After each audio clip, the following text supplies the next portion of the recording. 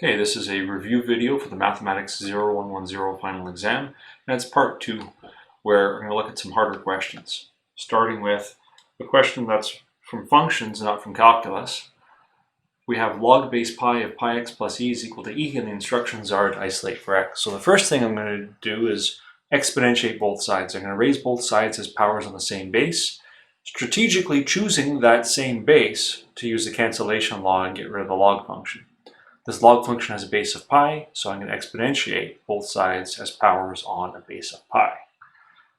So pi to the power of log base pi of pi x plus e equals pi to the power of e. And it's worth noting that pi and e are constants, and I'm going to treat them as any constant. I'm going to do the same thing I would do as if pi was written instead as a 3 and e was instead written as a 7. It makes no difference that they're actually not 3 and 7, but they're pi and e. We do the same thing that we would anyway. Okay, on the left-hand side, we have pi to log base pi, which cancels by the cancellation law. So pi x plus e equals pi to the power of e. Next step, I want to get x all by itself, so I'm going to subtract e from both sides. So pi x is equal to pi to the e minus e. And then as a last step, I'm going to divide both sides by pi. X is equal to pi e minus e all over pi. That's the final answer. The one below is similar. It's a solve for x question. What's different about it is that the x is trapped in an exponent. It's trapped as a power. And another thing that's different about it is that that function piece isn't currently all by itself. It's multiplied by a constant, and then we have a constant added to that. So my first set of moves will be moves that will isolate for the exponential part, the part that contains the x.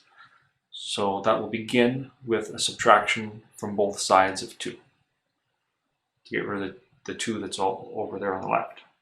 So 3 times 7e to the power of 9x plus 4 equals 9. Now I'm going to divide both sides by 3, recognizing that the 3 is not raised to the power of 9x plus 4, but the 7e is raised to that power. So I still have 7e to the 9x plus 4 equals 3. From here, there's many different pathways that you can take, depending on the type of log function that you feel like using. Someone might look at this and say, I'm going to take log base 3 of both sides. Someone else may say, oh yeah, well, I'm going to take log base 7e of both sides, which you can do. I'm going to take the ln of both sides because that's, when you're faced with a base like 7e, or when you're faced with a base that's weird, that isn't just like a single number, there isn't a natural choice. I will use ln 7e to the 9x plus 4 equals, and if I take the ln of one side, I have to take the ln of the other side to maintain the equal sign. Okay, next step, I can use a log property. The ln of m to the n is n times the log of m, so I'm going to bring that power down in front. 9x plus 4 times the ln of 7e equals the ln of 3. It's also worth noting in both of these examples that a derivative is not involved at all. It doesn't tell us to differentiate. It doesn't ask us for a slope of a tangent line or to find a max or a min. It's asking us to solve for x. So before writing anything down, that might be your first step, is asking yourself, what type of question is this? Is this a question where I'm rearranging? Is this a question where I'm taking a derivative? Or is this something else? Okay, so I have 9x plus 4 times a constant is equal to another constant. I'm going to divide both sides by that first constant, by the ln of 7e, to progress towards getting the x all by itself.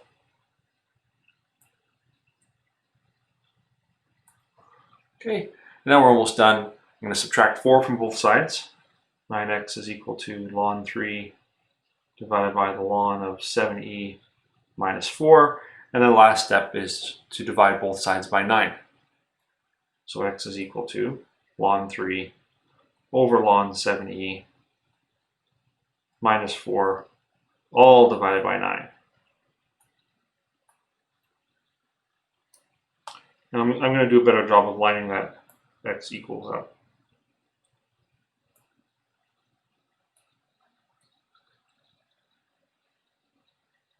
There you have it.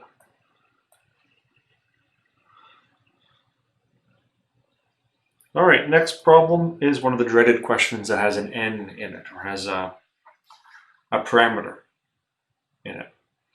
So we're assuming n greater than 0, some constant. Determine the equation of the tangent line to the curve y equals x to the n minus n to the n at x equals n. Let's think about what our goals are here. We want to get this equation of the tangent line. So our goal is to have y minus y1 is equal to m times x minus x1. And we already have one part of that expression. We have x1 is equal to n. And we can get another part of the expression. We can get y1. y1 is equal to y at x equals n. Plug in x equals n into the expression. So n to the n minus n to the n. That's 0. So I'm going to start putting these pieces in. 0 there, n there. Y minus 0 is equal to m times x minus n, where m is the slope. How do we find the slope?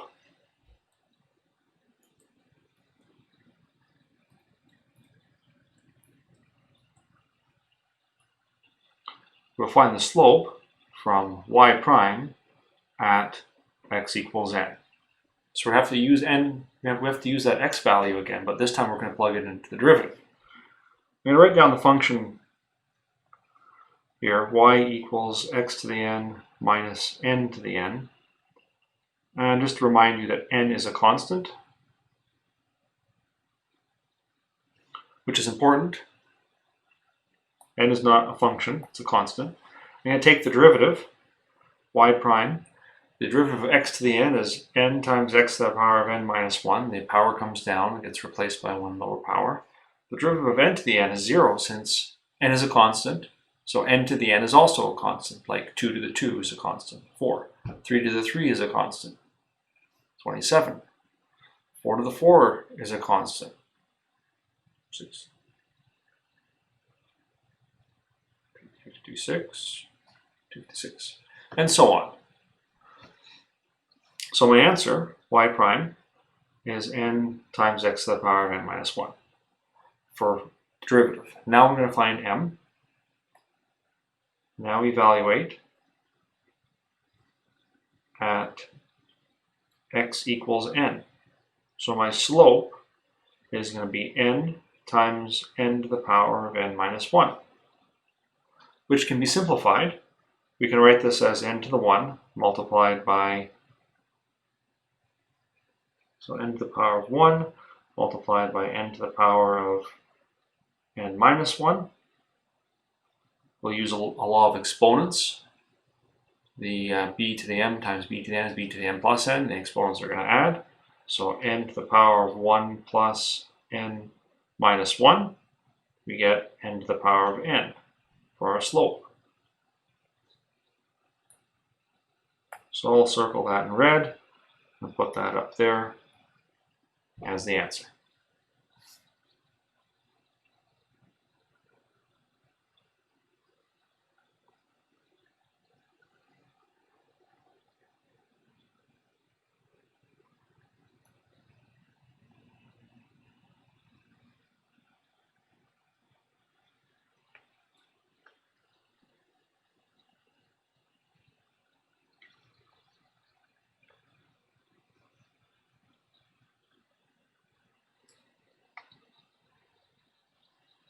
There.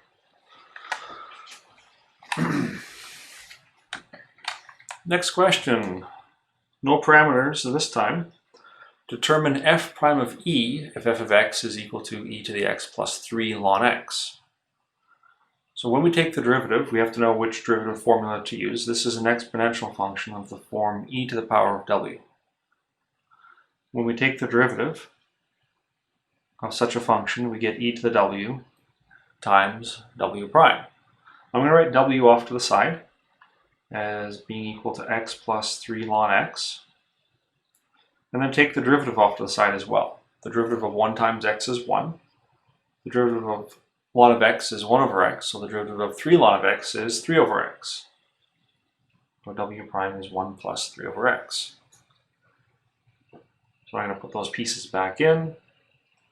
E to the x plus 3 ln x multiplied by 1 plus 3 over x. Okay. Next step, we want to evaluate this at x equals e. F prime of e is e to the e plus 3 ln e times 1 plus 3 over e. Ln of e is 1, so I get e to the e plus 3 times 1 plus 3 over e, which is perfectly fine to leave alone as it is. Nothing interesting happens upon simplification. Okay, next problem. Determine the x-coordinates where the slope of the tangent line to f of x equals x squared e to ln of x squared e to the x minus 3 e to the x is horizontal. So there could be more than one x-coordinate. It leaves open the possibility that there's going to be 2 places where this happens. But before we get to it, let's make sure we know what we're supposed to be doing. Slope of a tangent line. That's m, which is going to come from f prime of x at x equals question mark. That's what we're looking for. We're looking for a particular x value. Horizontal, tangent line.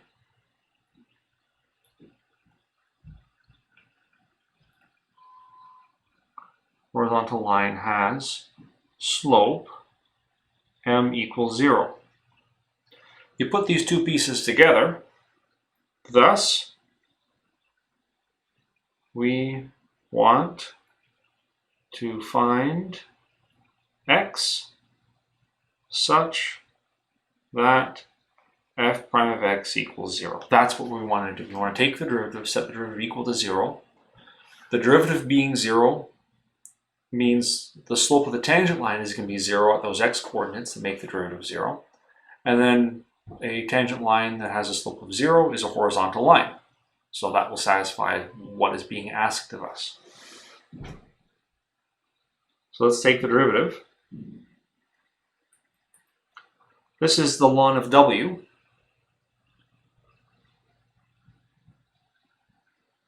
When we take the derivative of the ln of w, we're going to get w prime divided by w. So I'm going to write w off to the side. W is x squared e to the x minus 3e to the x. W prime will require a product rule. Don't you hate it when that happens? Like you get these derivatives that have quotients and products and chain rules in them. So when we take the derivative, we're going to have ab prime plus ba prime, and then we have the derivative of that last piece, the 3e to the x, which is just 3e to the x because e to the x is its own derivative. Okay, so a is x squared, b prime, derivative of e to the x is e to the x, plus b times a prime, e to the x times 2x minus 3e to the x. So we get some cancellations happening. We get x squared e to the x plus 2x. Oh, we don't get cancellations happening. 2x e to the x minus 3e to the x. So that's our w prime piece. Okay, so we'll plug that in here, w prime over w. So, and actually, let's look at common factoring this right away. We can common factor out an e to the x. Now we have x squared plus 2x minus 3.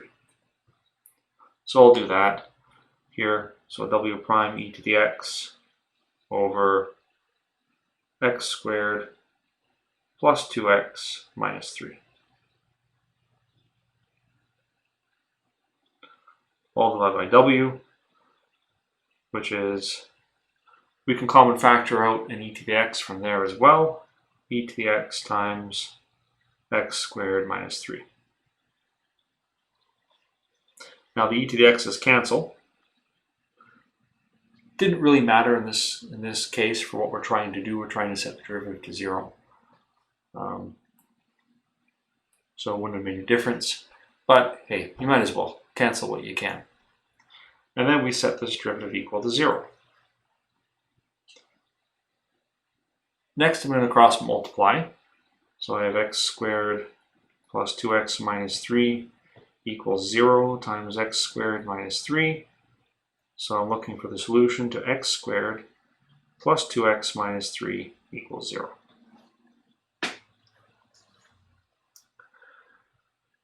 We can factor this, an x and an x, leaving both of those positions in the brackets. We want mystery numbers to multiply together to give negative 3 and add together to give 2. So we get a plus 3 and a minus 1.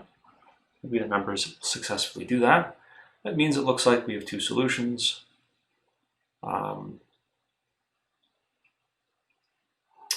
X equals negative 3 and x equals 1.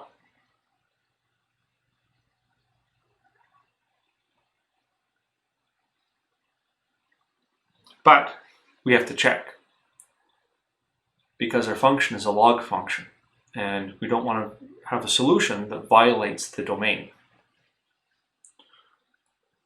So I'm going to check x equals 3 or negative 3. F of negative 3 is the ln of 9 e to the negative 3 minus 3 e to the negative 3, which is 6 ln 6 e to the negative 3, which exists. So it is a solution. X equals negative 3 is one such x coordinate where the tangent line is horizontal. Now I'm going to check the other one.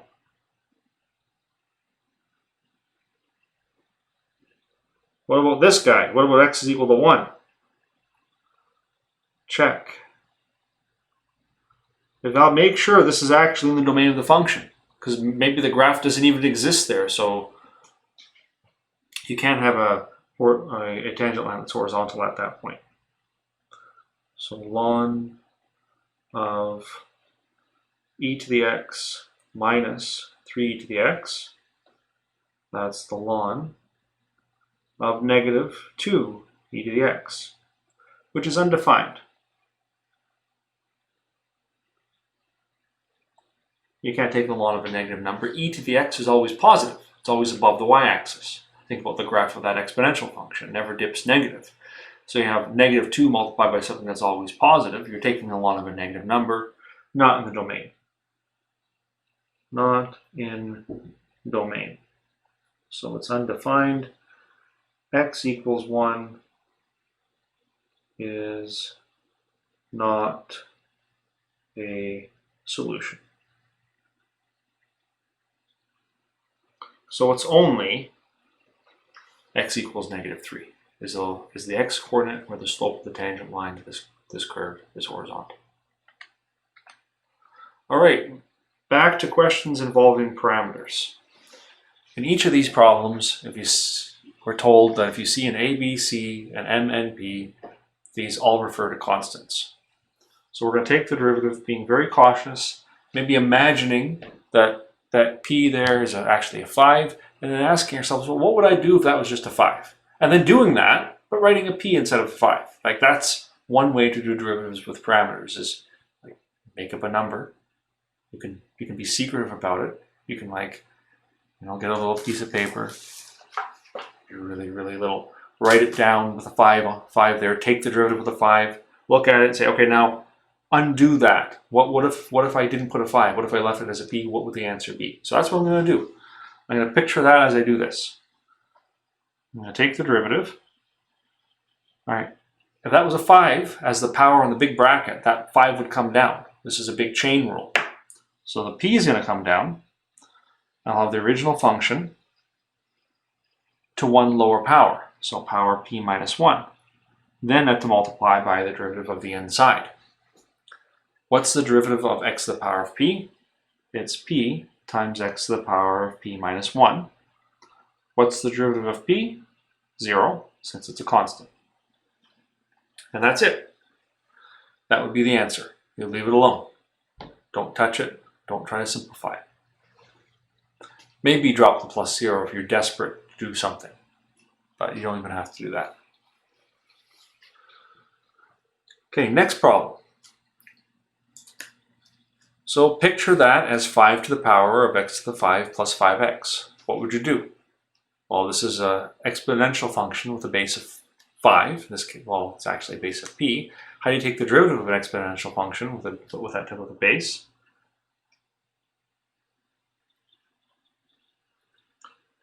So you're going to get the original function. This is a b to the w type derivative. This one is a f of x to the n type of derivative. It's just a regular chain rule.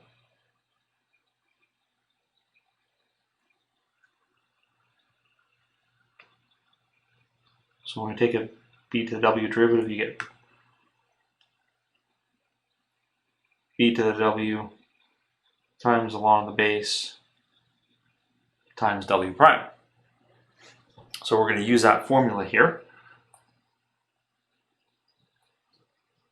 We're going to get p to the w, so p to the x to the p plus px times the ln of the base, so times the ln of p, times the derivative of what's upstairs. So the derivative of what's upstairs, we get x to the power of p. The derivative of that is p times x to the power of p minus 1 plus the derivative of p times x, which is just p.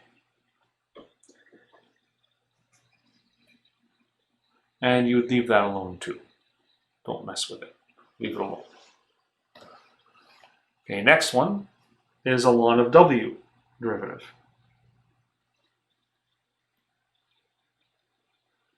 And we know that ln w derivatives turn into w prime over w.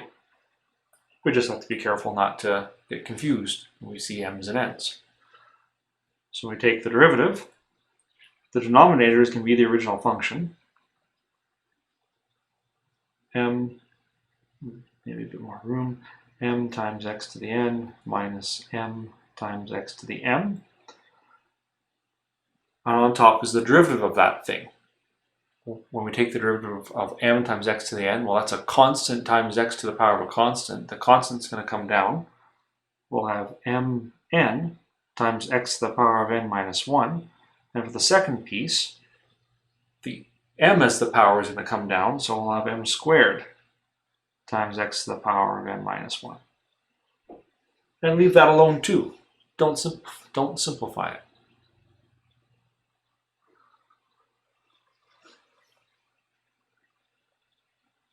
They're not meant to be hard, unless you're trying to use an online calculator. Then they're meant to be hard, because this will break your online calculator. Okay, next question. Log base c of 1 over c times x to the c minus c.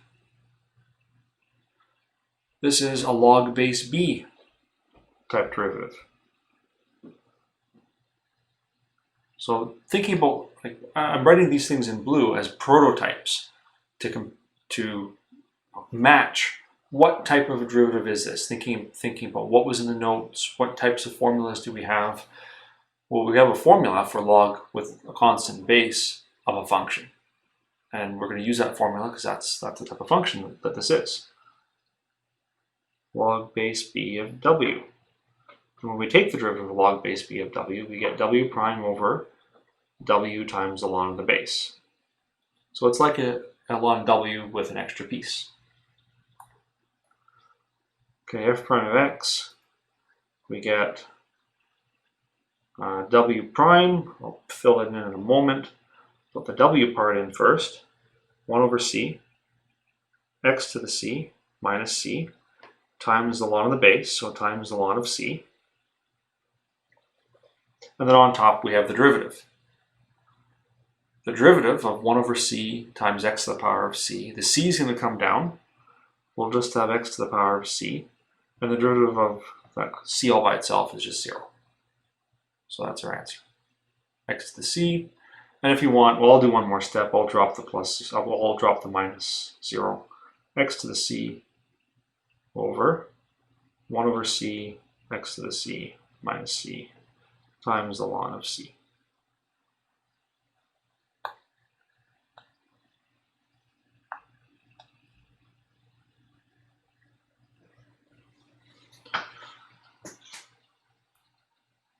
So they're essentially formula questions with parameters in them. Okay, last one on this slide. We have a base that contains x and a power that contains x. So this is a logarithmic differentiation.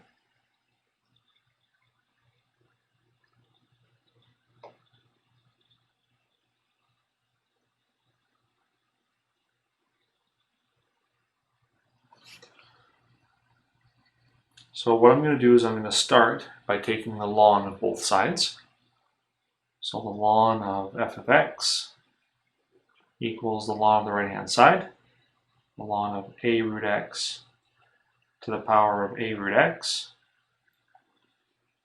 Then I'm going to bring the power down using a log property. Ln of f of x equals a root x times the ln of a root x. Now I'll write down that log property here. I've used it already inside this note, but it's worth writing somewhere. Ln of m to the n is n times the ln of m. Okay, now what we'll do in the next step is we'll take the derivative.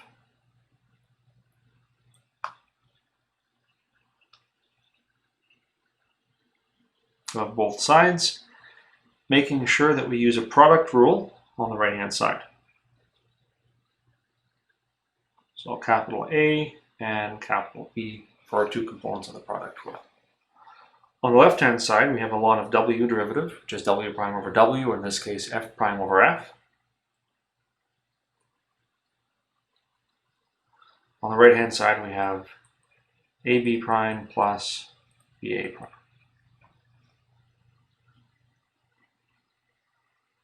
Okay, so a is a root x, and then b prime is the derivative of the ln of a root x, which is w prime over w.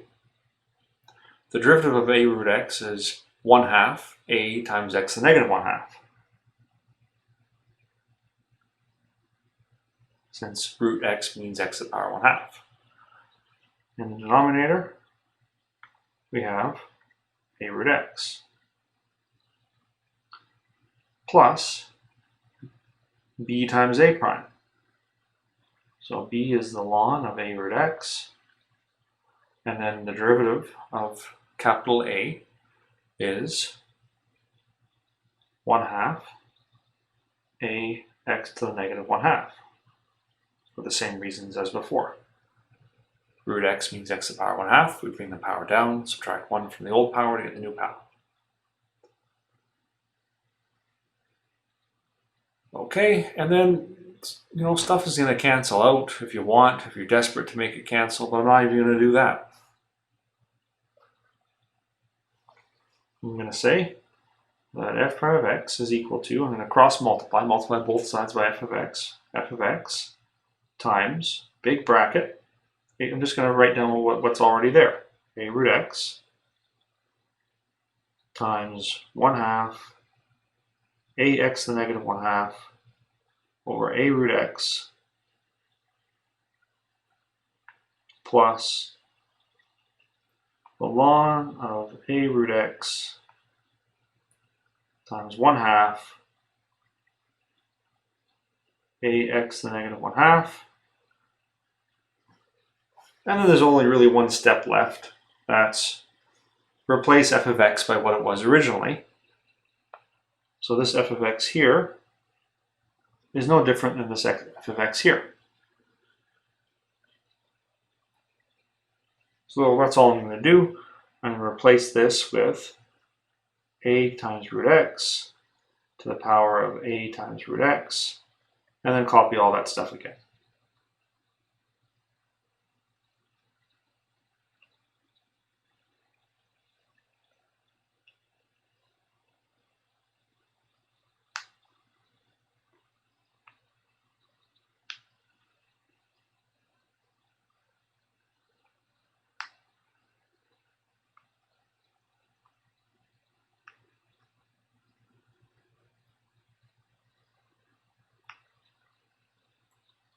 And that would be the answer. And yeah, if you feel like it, you can look for simplifications. But if this was a multiple choice question, it'd be left like that. There'd be no simplifications applied to it. All right.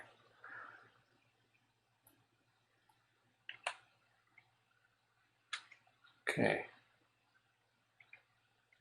So next question is asking for a second derivative evaluated at b, and the function also has b in it twice. We have 2 over bx minus 1 to the power of b.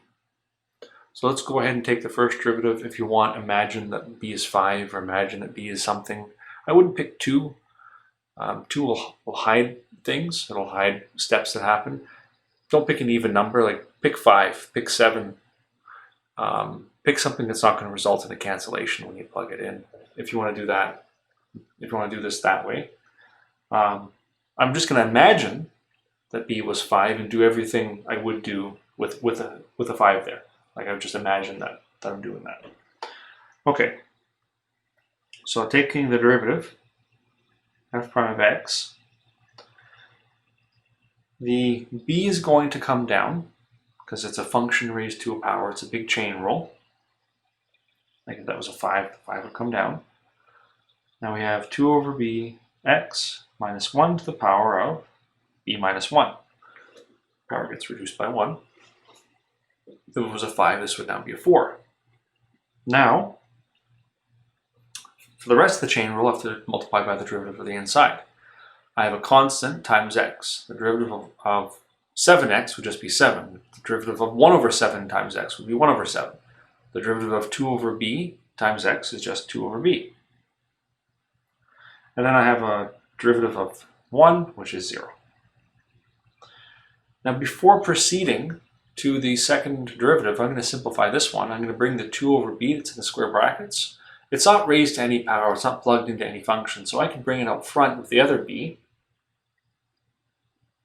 So I get 2b over b times 2 over bx minus 1 to the power of b minus 1. And the b's will cancel out front.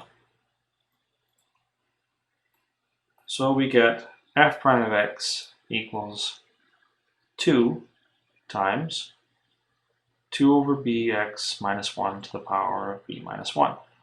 Now we take the second derivative.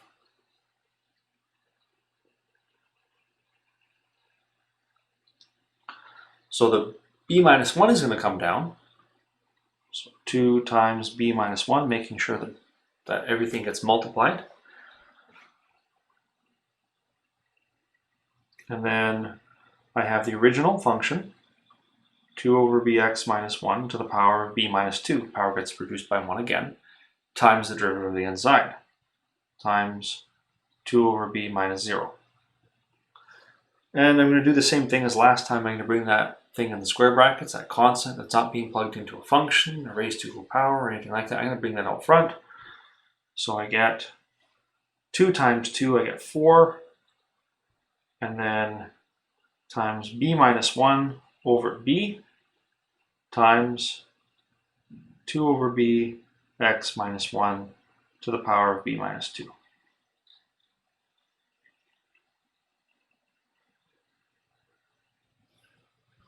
Okay, next part of the question.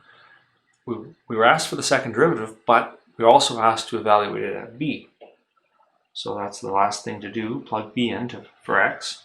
So we have 4 times b minus 1 over b times 2b over b minus 1 to the power of b minus 2.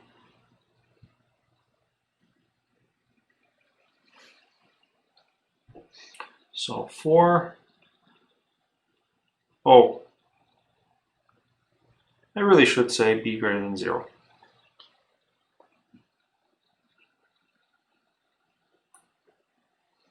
It's implied because if, well, not b greater than 0, b not equal to 0. It's implied because if b was 0, I couldn't even define the original function. I have 2 divided by b. Anyway, still worth stating somewhere. So 4 times b minus 1 over b times b over b inside that bracket cancels. So I'll just showing you in the video what I mean. This one, this over this cancels. So I have a 2 minus 1, which is a 1. So 1 to the power of b minus 2. So 1 to the power of 7, or 1 to the power of 8, or 1 to the power of minus 1, or whatever it is, it's 1. So the answer is 4 times b minus 1 all over b for any non-zero b.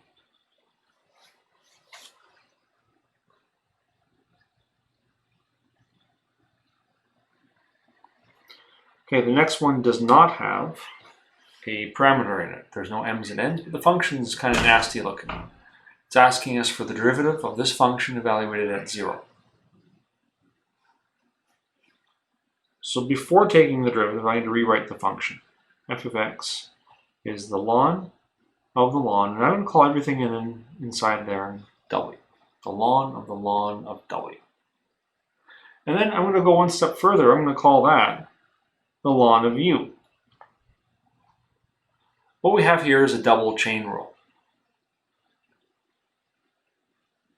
We'll take the derivative. F prime of x is u prime over u.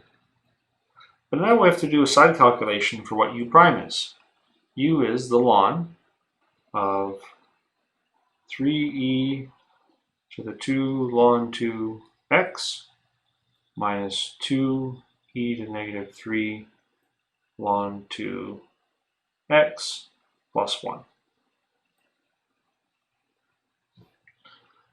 So what's u prime going to be? Well, we called this the ln of w already. U prime is going to be w prime divided by w, which is something that will require more space. Okay, so what happens when I take the derivative of the inside? I have 3 times e to the power of, well, I already used u, I already used w, maybe v.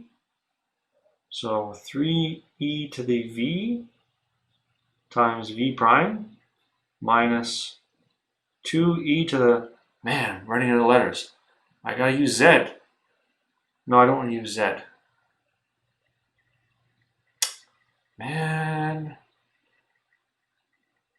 I'll use z. 3e to the z times z prime plus 0. The derivative of 1 is 0. And then in the bottom, we just have the function that's there. 3e to the 2 ln 2x minus 2e to the negative 3 ln 2 times x plus 1.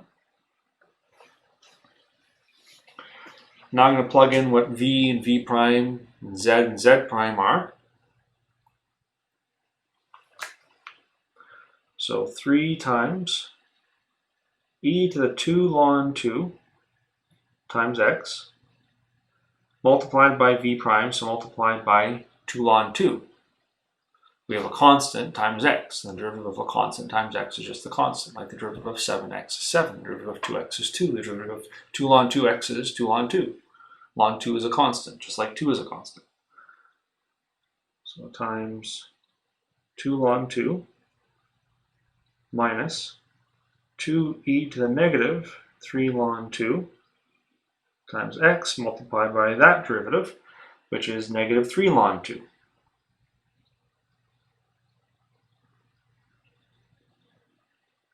All divided by that stuff.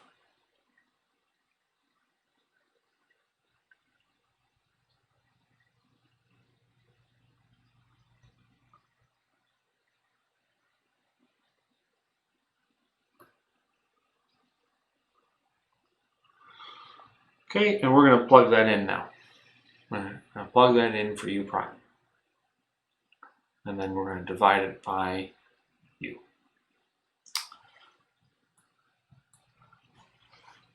All right. I'm also going to do some simplifying at the same time. So see, there's a 3 here, this 3. I'm going to multiply that by this 2 ln 2. And this negative 2, I'm going to multiply that by this negative 3 ln 2. So I'll do that simplifying step there. So we have 6 ln 2 multiplied by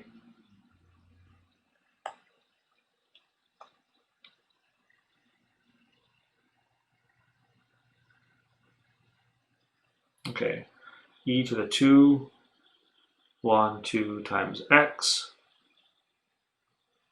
minus, so we have two negatives multiplied together, the negative 2 and the negative 3, so positive 6 ln 2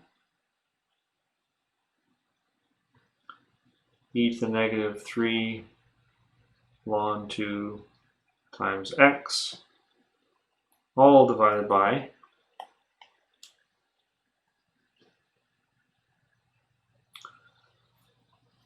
the w part and the u part. They both can be in the denominator. So I'll put the u part first. I'll put the w part first. 3 e to the 2 ln 2 x minus 2 e to the negative 3 ln 2 x plus 1 times the ln of the same thing.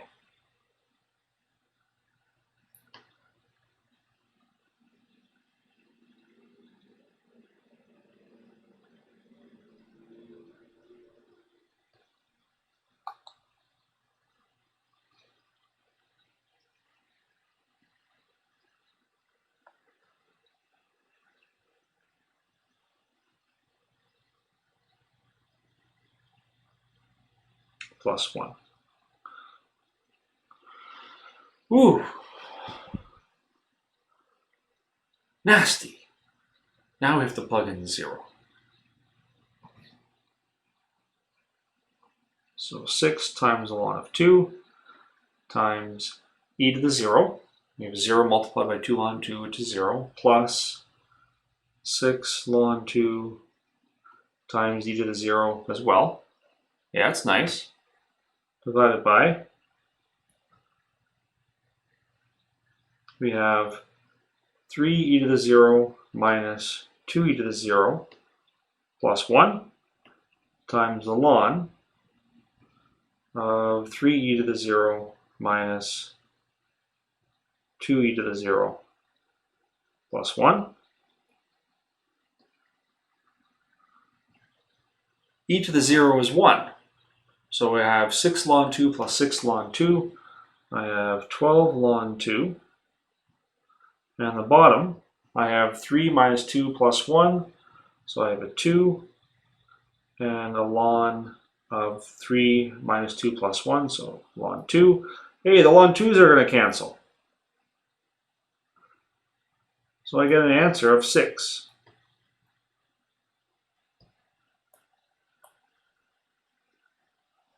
Whew, everything disappeared, except the 6. Amazing.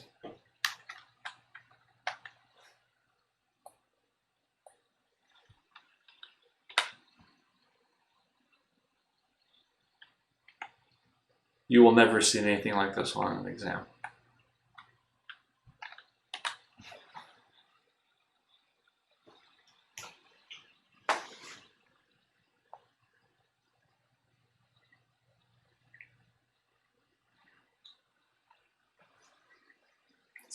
high-level trolling. Anyway, for the function f of x equals, now this one's different, this one's okay, this one's fair game. For the function f of x equals bx to the 3 minus 3x squared plus 10 over b squared, determine if b is a positive constant, the critical points, the regions of increasing and decreasing, the coordinates of any local extrema, and the regions of concave up and concave down. And really, this is not a bad question. Don't get thrown off by the b stuff. The same as before, if it bothers you a lot, imagine it is replaced by something, like replaced by a 5 or replaced by a 2. Just don't actually replace it, because you may introduce changes that are specific to that selection. Anyway, how do we find critical points? Well, we take the derivative of the function and we set it equal to 0. We also check for where the derivative doesn't exist, and we make sure that those solutions are in the domain of the function. This is a polynomial. It's not a rational function, despite it perhaps looking like it. The 10 over b squared is a constant term. We're just adding a constant on the end. It's a weird looking constant, but it is a constant.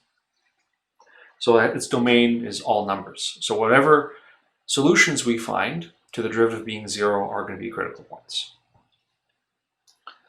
Okay, so I take the derivative. The 3 comes down, 3bx squared minus 6x. And then the derivative of the last piece is 0 because it's a constant. We're looking for critical points, so we're going to set the first derivative to 0. 0 is equal to 3bx squared minus 6x. I'm going to common factor a 3 and an x out. I'm left with bx minus 2. So it looks like I have 2 critical points, and I do. 2 critical numbers.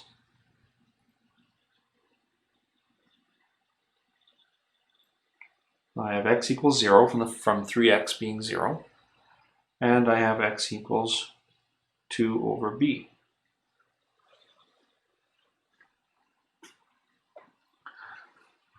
We need the y values because it wants the critical points, and points need an x comma y coordinate.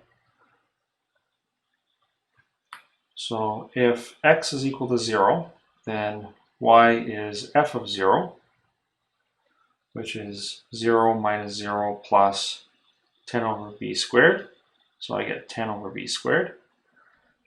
If x is equal to 2 over b, then y is going to be, let's see, 8 over b cubed times b, so 8 over b squared minus 3 times 4 over b squared, so 8 over b squared plus, oh sorry, what am I doing? 12, not 8, 12, plus 10 over b squared. All right, I put in 2, so 4, 3, 12, good. Okay, so I have 8 minus 12 plus 10. So I have 6 over b squared.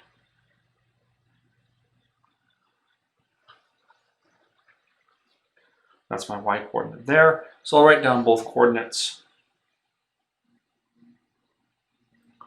First coordinate is 0, 10 over b squared. And the second coordinate is 2 over b, 6 over b squared. Okay, next, regions of increasing and decreasing. So how do we do that? Cut up our number line. Well, first we make our number line. Goes from minus infinity to infinity. We're going to cut our number line at the 2x coordinates that we found. Now it says b is a positive constant, so 2 over b I can put to the right of 0.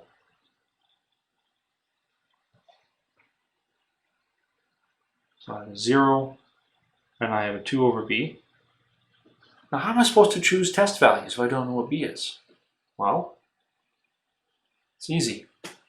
To the left of 0, well, that's straightforward. I can just pick minus 1 if I want, or I could be a little bit smart and do something like minus 1 over b.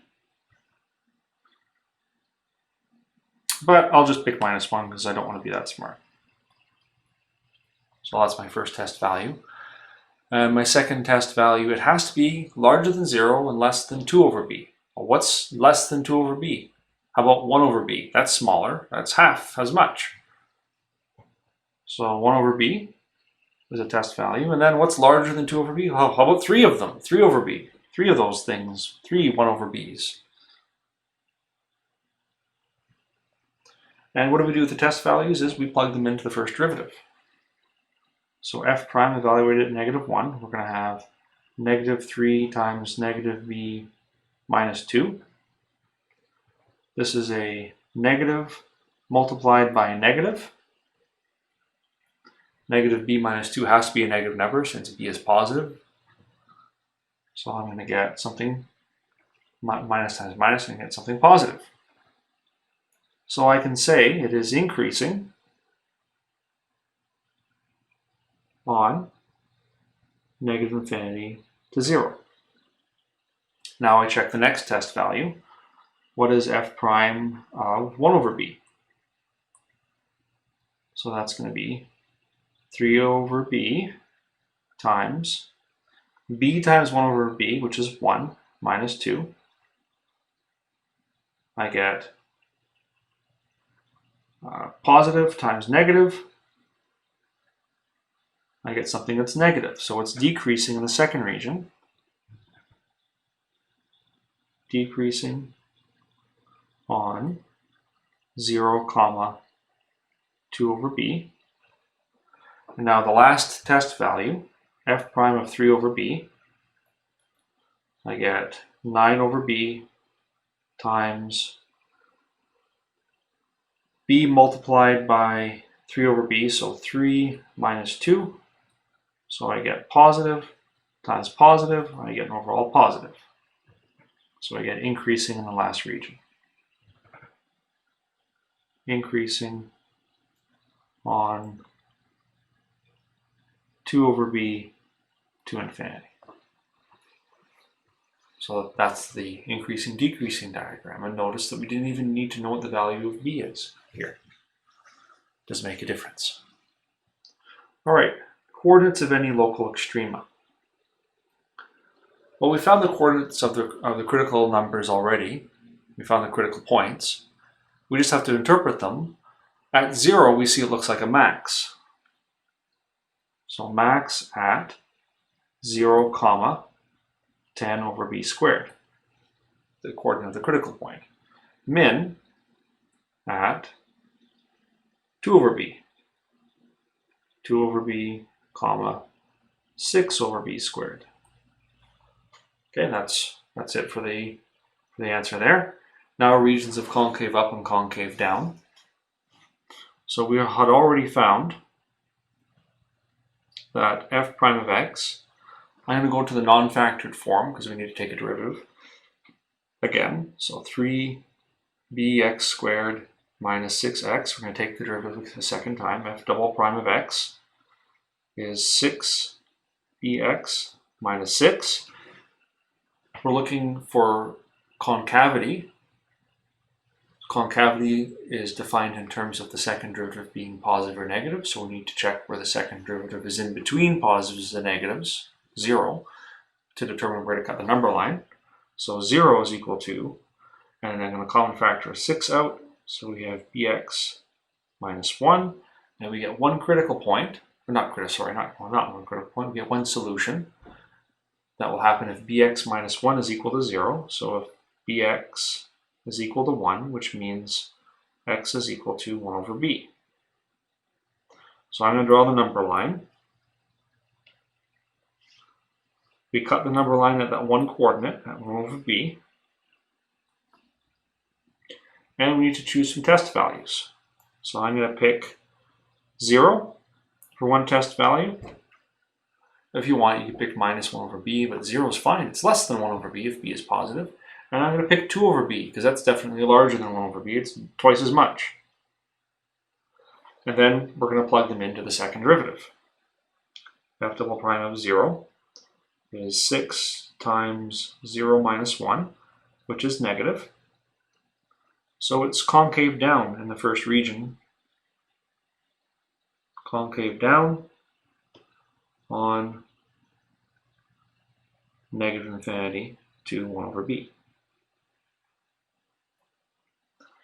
Now we do the second test region, f double prime of 2 over b.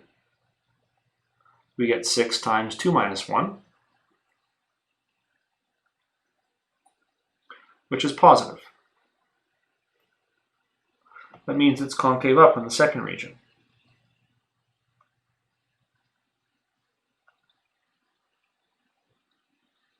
From 1 over b to infinity. So there's a mini lesson contained in here, and that's a lesson about fractions. If I ask you for a fraction that's larger than 1 over b, 3 over b, or 2 over b, or 5 over b, if I ask for a fraction larger than 2 over b, then 3 over b will do just fine. So this is a difficult problem, but it's a fair problem in that it's a standard type of extension of what we've done. It's taking the problems that we did already, and instead of putting an actual number there, putting a parameter, and forcing you to think a little bit more carefully about what this method is doing and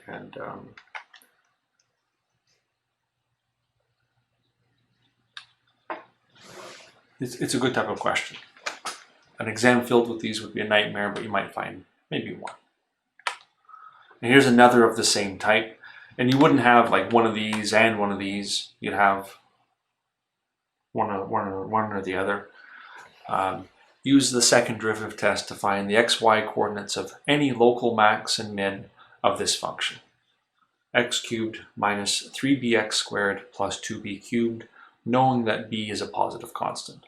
So here the question is telling us which method that we have to use. We can't use the increasing decreasing test. We can't use the first derivative test because that would violate what is being asked. It's being like we're being instructed to use a particular method. So the steps of the second derivative test.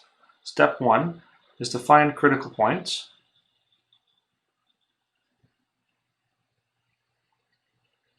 from f prime of x equals 0. Step 2 is to plug those critical points into f double prime of x. Step 3 is to interpret the outcome. So critical points come from the derivative being 0. We plug those critical points into the second derivative, and if the second derivative is positive, it means the function is concave up in that region, so it has this shape, and that means that that critical point is going to correspond to a minimum, something that would sit at the bottom of a bowl. If the second derivative evaluated at the critical point spits out something negative instead of positive, then it's going to have this shape. It's going to be concave down, and then that indicates the presence of a maximum at that critical point. So we'll take the derivative. We get 3x squared minus 6bx plus 0. Since b is a constant, the derivative of 2b cubed is going to be 0. We set the derivative to 0. So 0 equals, and then we can common factor. I'm going to common factor a 3 and an x out, and I get x minus 2b. And this tells us that we have two x coordinates as solutions. We have x equals 0, and we have x equals 2b.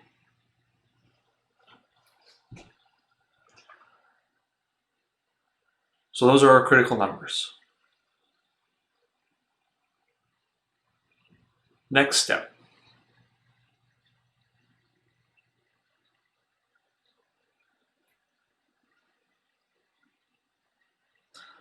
We want to plug those critical numbers into the second derivative. That means we need to find the second derivative. So f double prime of x is 6x minus 6 times b.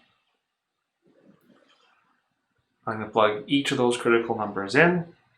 F double prime at 0 is 0 minus 6b, which is negative 6b, which is negative since b is a positive constant. This means f of x is concave down, and that means x equals 0 is a local max that has this shape. It's concave down. Now I'm going to plug in the second critical number. Replicable prime of 2b is equal to 12b minus 6b, which is positive 6b. So we get a positive outcome. F of x is concave up. I guess I'm doing step 3 off to the right. That's okay.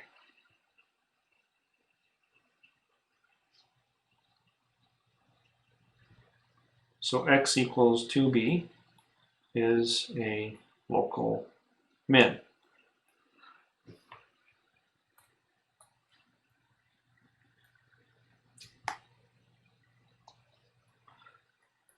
We're not quite done, we have to get the y coordinates.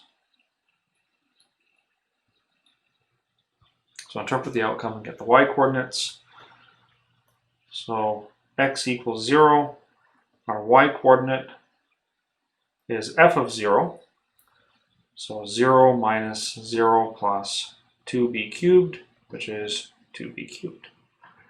If x is equal to, okay, so I'll just do the whole thing. Max at 0 comma 2b cubed. Now the next one, if x is equal to 2b, then y is equal to f of 2b, which is 2b to the 3 minus 3b times 2b squared plus 2b cubed. Simplify it carefully. This is 8b to the 3 minus 12b to the 3 plus 2b to the 3. So we get, let's see, negative 2b to the 3. So min at 2b comma negative 2b to the 3. There you have it. That's it. Good luck.